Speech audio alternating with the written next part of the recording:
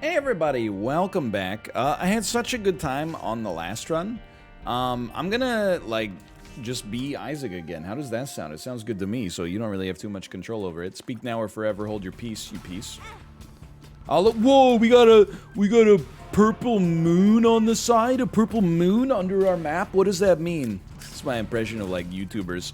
You play this game for, 4,000 hours, you don't even know about your curse being indicated under your map? It's funny how, that's decent, man. It's funny how you just notice things sometimes that have been around forever. I always think, so we moved in here, October 2019, and it was the perfect house, right? And then one day, I noticed a crack in the ceiling. And I know what you're gonna. We've had it looked at. It's not structural. It's just it's based on, I don't know. My dad gave me a lecture about it. He's like, you never hang drywall like this, with where the two pieces of drywall meet over a door jamb, because the weight of the door jamb causes the two pieces of drywall to be pulled down, and then it leads to sagging, which leads to a crack in the plaster. And I was like, are we okay? And he's like, oh yeah, it's fine. It's just it's a crack. It's not a structural problem, really, but not a dangerous one anyway. I know, he just wanted to flex that he knew what he was talking about, and more power to him, honestly. Okay, get me out of here. I love having 4 bombs for this boss. That's pretty slick. I don't even want to shoot anymore. It's just a waste of my time. I'll take that. It's a good deal with the devil fodder. Take me down. And now, I wouldn't say all I see is the crack. But I definitely, anytime I'm in the room, I'm like, oh, there it is. There's that crack. But before I noticed it, I was in heaven, you know? And in heaven, everything is fine. You got your good things? Is that, you got your good, and I got mine. Anybody out there taking the David Lynch pill right now? What does he say in the video? It's Friday. Something like that. Anyway, my favorite genre of video on Twitter. Micro-sized videos of something relatable. Have you guys been into the SNL celebrities announcing their musical acts? Paul Giamatti. Ladies and gentlemen, Ludacris featuring Sum 41. Jack Black. Ladies and gentlemen, John Mayer. And then his face looks horrified. Somebody off screen must have told him it's John Mayer. Tobey Maguire sitting in the crowd. Ladies and gentlemen, Cisco. Anyway, I know we've talked about it before. Those are 3 of the greatest. Don't even get me started on the Adrian Brody one. I don't know what to think about that. I know he... Look, I got nothing against Adrian Brody. I got nothing against him. I know he's on the new season of Succession, the show I have been intending on watching more of for a long time. I watched half of the first season 2.5 years ago and was like, this is really good, and then just never watched any more of it for some reason. I don't need to buy a spirit art. We should be chilling. But it's very bad. When the SNL clip of him introducing Sean Paul. It's just, I'm just thinking about it actually. It's actually sapped 5% of my remaining energy. It's not enough to ruin my day, but it's enough to be I wish I hadn't thought about that. Just lying in bed at night. Excited for a good night's sleep. Then my brain is like, hey, remember when Adrian Brody put on a Jamaican accent and introduced Sean Paul in the most cringe way possible on SNL that one time? If you've never seen it, I know we've talked about it before. It's kind of a classic. It's up there, some of my most, my favorite semi-cringe celebrity moments. Honestly, this one is just now kind of funny. I think we're going to take nothing here. I don't respect Ma the Void anymore. But the situation at the 2011 roast of Donald Trump, where he's talking about Melania, and he says, but you gotta hand it to her. Melania married for love. She loves money, and then the whole crowd just turns on him in one single second. Oh man, it's so good. The Situation, by the way, if you're not familiar, was famous as a member of MTV's Jersey Shore reality television program, which also brought us such great elements, some great additions to the cultural lexicon, such as GTL, which is your routine before you go to a nightclub. You go to the gym, you get a tan, of course, tanning. It's going to be around forever, man. And you do your laundry. Now, I definitely think, to be honest, they say a broken clock is right twice a day. You kind of got to hand it to the lads from Jersey Shore. Going to the gym, whether you're going to the club or not. Respectable. Doing your laundry, always advisable. Now, getting a tan. And I wonder, we were talking about how things change, you know, in the last episode. I wonder if tanning's ever going to come back. I don't know if it's the same, you know, worldwide, but like, you used to see as many tanning salons just ambiently, especially if you happen to be in like a one-story strip mall. You'd see like 17 different tanning salons there. But they have all been replaced, apparently, I guess, with marijuana dispensaries. Now it's like, you've got weeds right next to the bud parlor? Like, that can't possibly be good business. And then you're like, oh yeah, we're best friends. You're cannibalizing each other's business. Well, this used to be Malibu Tan, and he used to run Beverly Hills Tan, and then we just decided to pivot. I feel like I bet there has been a 90% contraction in the tanning industry since its peak in the mid-2000s, maybe the late 2000s. I feel like I never see them anymore. Now, that might just be city weighted. I'm not going to say specific, because I'm sure there's been a decline pretty much everywhere, but it's always, I know we've talked about it before, but it's always crazy for me to think back to like when the OC was the biggest show on earth. 2004, 2005, I was in high school. The girls would always be like, you know, after we get off school today, we're all going to go tanning. And you're like, well, I can't help but feel like that's one of the things from our generation that we're going to be like, I can't believe we let our kids do that. That's crazy. I mean, we were the kids, don't get me wrong. I thought that was a double tinted rock, honestly. It's just very surprising. Anyway, that's all I got. That's my banter for today. I'm stoked, man. So I've talked about it recently, but baby was sick, okay? She couldn't go to daycare Monday, Tuesday. Normally she goes Monday through Thursday, okay? So this is cracked. I can't crack any of these guys, though, unfortunately. I would love to. I'll just take my sword. Thank you. Thank you. Kind of sick. She normally goes Monday through Thursday. And Kate and I really rely on this time. Like, I'm using that time as we speak while she's at daycare. Today is a Wednesday.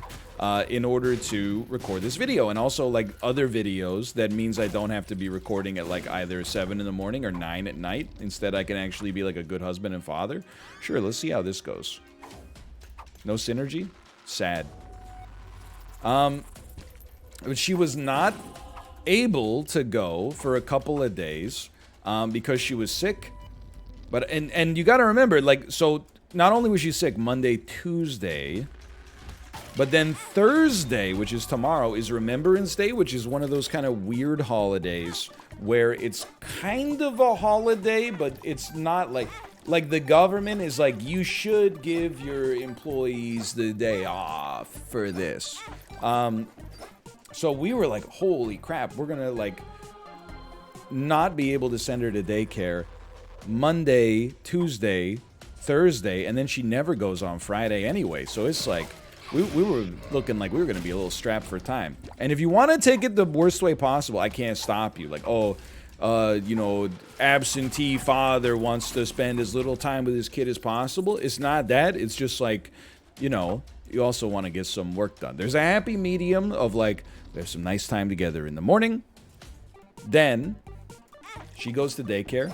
We get our work done without having to be distracted with the baby. And then when we pick her up from daycare, she's like happy to see us because she hasn't seen us for a few hours. And we're completely like non-distracted, ready to see her. It makes for better family time. You know the idea like when you work from home, like your shift is 24/7 basically? I think the same is true for like parenting. Like you have a higher quality of parenting when you have a little bit of time on, a little bit of time off. It's just human nature, right? I should try to stay at full HP, huh? Isn't that how this sword works, or am I insane?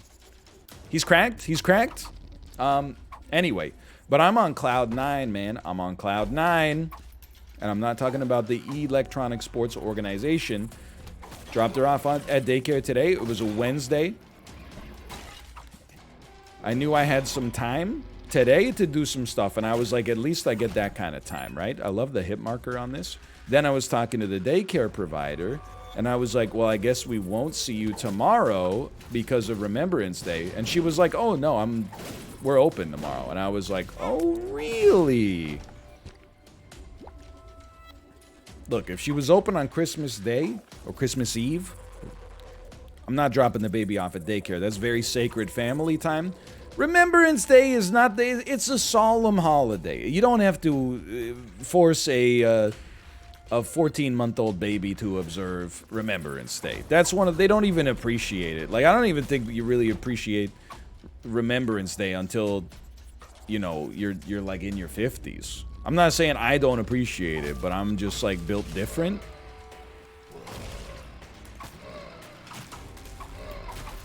Hold on.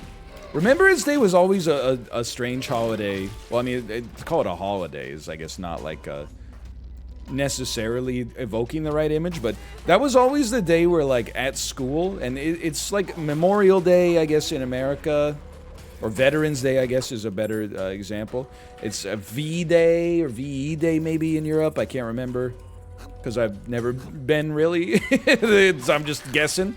But it was always the day when, up here at least in Canada, we would find out like which of the kids from our school were involved in like Cub Scouts. We'd always go to like, you know, some kind of park or like a cemetery or something like that. And then they'd be, you'd see like this kid that is in your math class. He'd be decked out with like a vest with 900 different badges sewed on it. And you'd be like, what, James? James, I didn't know you were an Eagle Scout. That's crazy, man. I had no idea. I thought you were just like a guy. I thought you were just like a kid, but it turns out you're like an Eagle Scout. What's up with that? See ya. Now, okay, James, time for your atomic wedgie. Did they give you an atomic wedgie badge? I never did that. I might say it behind his back. I'm snarky like that. Consider myself kind of like the Harvey Levin of the playground. I don't get it. That's the guy from TMZ. Dude, high school TMZ would be a funny bit. Not like in real life to exist. That would be horrifying. But like high school TMZ on SNL, that could be a great skit. I always like, my mom watches it sometimes, like when she's here. I actually hate the show. This is not one of those like guilty pleasures. I find it like morally repugnant. Again, glass houses, I'm just saying. Also, I just don't care, you know? Like, yeah, we saw Tom Hardy coming out of a club in downtown Los Angeles. We got to catch up and ask him a little bit about Venom 2. So, Tom, what do you think about Venom 2? Thanks, guys. Thanks. Wow, he did not want to talk about Venom 2. Yeah, I don't know. He was so surly. Maybe the symbiote suit had taken over him. It's just like, it's so...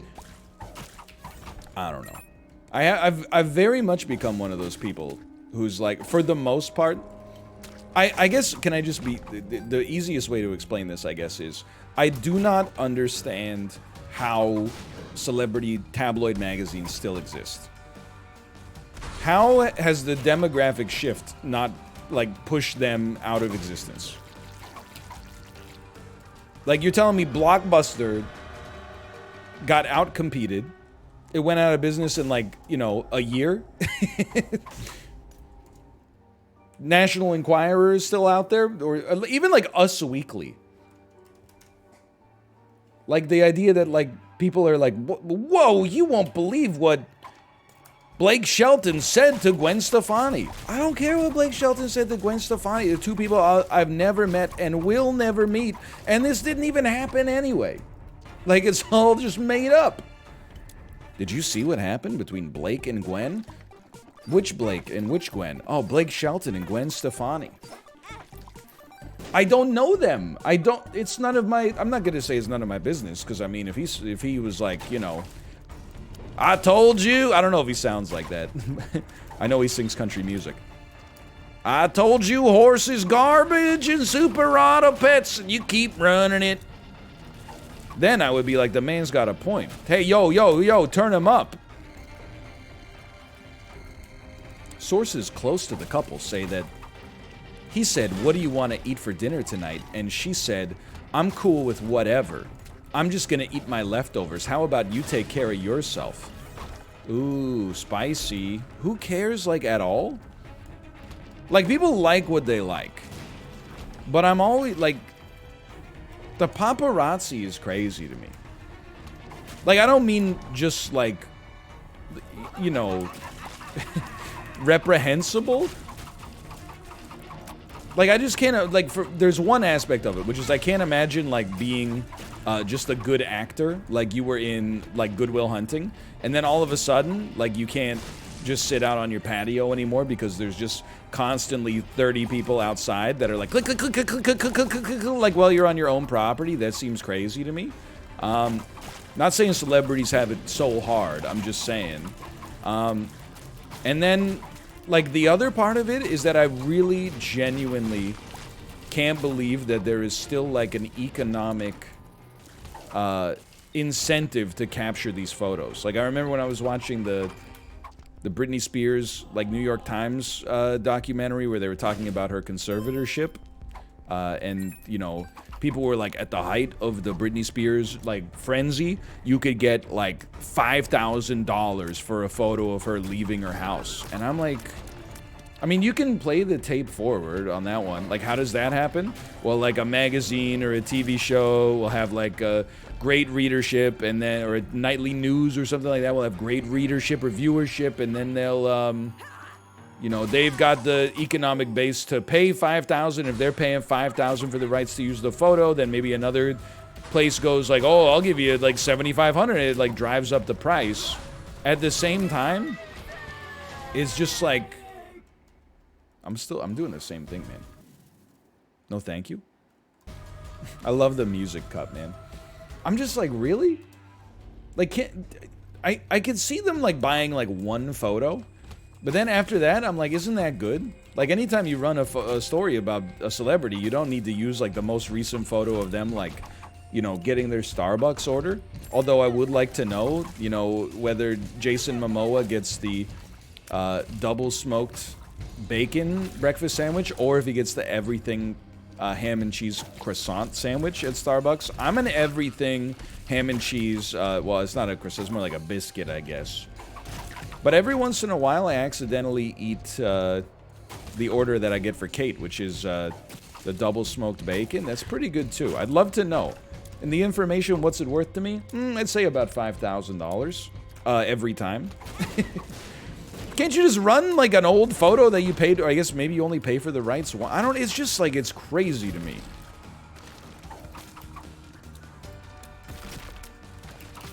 Get him. Like, I don't know, I guess it's just, like, a photo of a celebrity is, like, this is not holier than thou, I think, at all. But, like, it's just not that interesting, right? Like, you know what I think of? Almost, Ben Affleck is the exception, okay? Because he's got some great photos of him taking in his Dunkin' Donuts order, and he ordered too much. His hands can't quite hold it all, and he's struggling, but he doesn't want to take 2 trips. So he's like, he looks done with it. I'm like, that's my guy right there. Like, that, he's just like me, for real. I could be Batman. I could be Batman. I could be Batman, okay? I could be Batman. Ready? I'm not wearing hockey pants.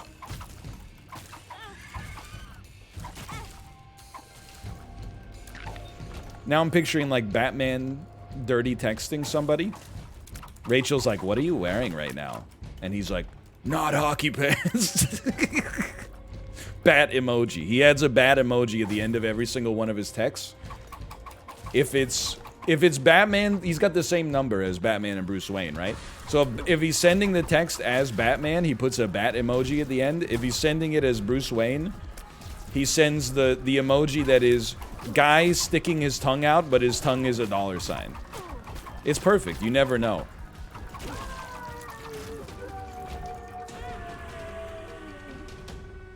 Every once in a while, I'm scared, by the way. Every once in a while, you get a text that scares you. It doesn't have an emoji. It's all caps. I'm so glad I found you. Then he puts the Batman emoji at the end. You're like, what? Am I in danger?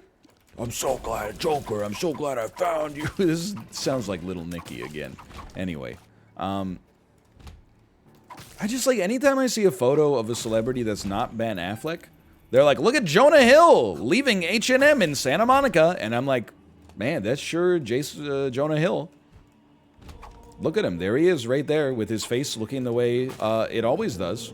Looks like he's kind of like putting on a polite face and is probably pretty done with getting his picture taken, which I can relate to because usually I hit that limit for myself around one photo. You've probably taken about, I don't know, 200 or 300 of him not even being posed or like asking him for permission or whatever. I don't want to go over there. What a bomb, though. Are you kidding me? What a bomb.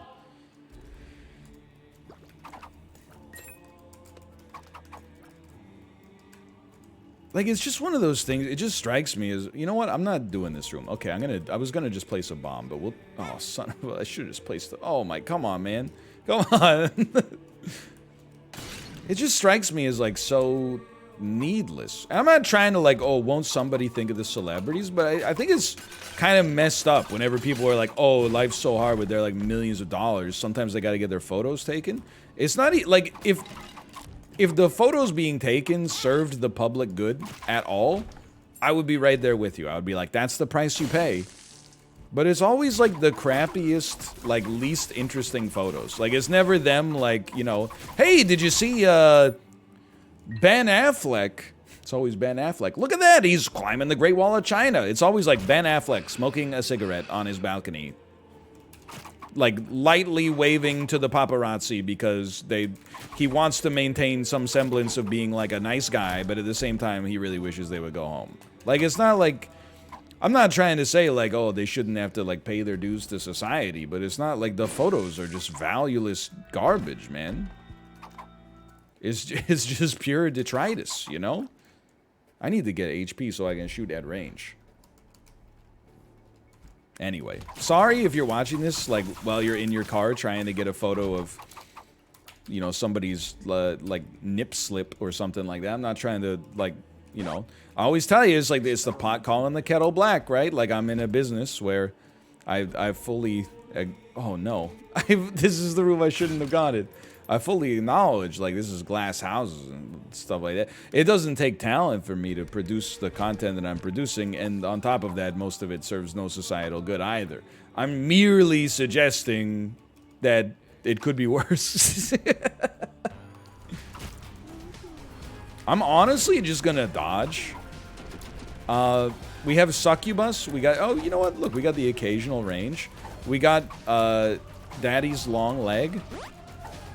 I didn't even know you could deflect bullets with this, and I'm not being facetious. It's just never come up. I just felt like there was no reason for us to get close there. Did you see that? Did you see that? Hey, did you see that? Saved. This is that 1 HP here used to be a little bit of a snooze. Now it's very exciting indeed. Look at that. You just gotta find your safety net. I don't want to do one more. I don't want to do one more.